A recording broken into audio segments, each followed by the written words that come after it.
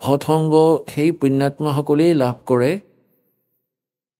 যাৰ ওপৰত পৰমেশ্বৰৰ অসীম কৃপা থাকে। পৰমেশ্বৰৰ অসীম কৃপা কোনবোৰ পুণ্যাত্মাৰ ওপৰত হয়? যিসকল পূৰ্বজন্মত ভক্তিযুক্ত হৈ আছিলে। কিয়নো মনুষ্য জীৱন দুই প্ৰকাৰে প্ৰাপ্ত কৰে। এটাটো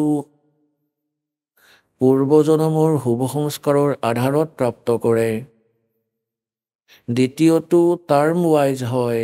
এটা বিধান আছে প্ৰভুৰ পৰমাত্মাৰ যে প্ৰত্যেক প্ৰাণীয়ে 84 লাখ প্ৰকাৰৰ প্ৰাণীৰ জীৱনৰ সম্পূৰ্ণ এটা চক্ৰ অতিবাহিত কৰাৰ পিছত এটা মানৱ শৰীৰ অৱশ্যেই প্ৰাপ্ত কৰে।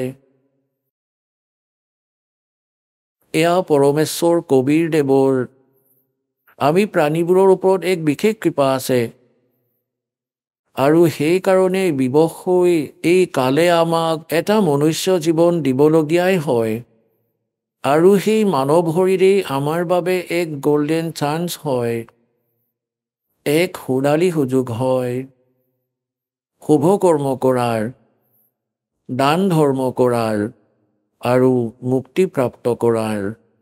আৰু মানৱ শৰীৰ প্ৰাপ্ত কৰিও আমি মুক্তি প্ৰাপ্ত নকৰোঁ তেন্তে ডাঙৰ ভুল হ'ব প্ৰাণীৰ।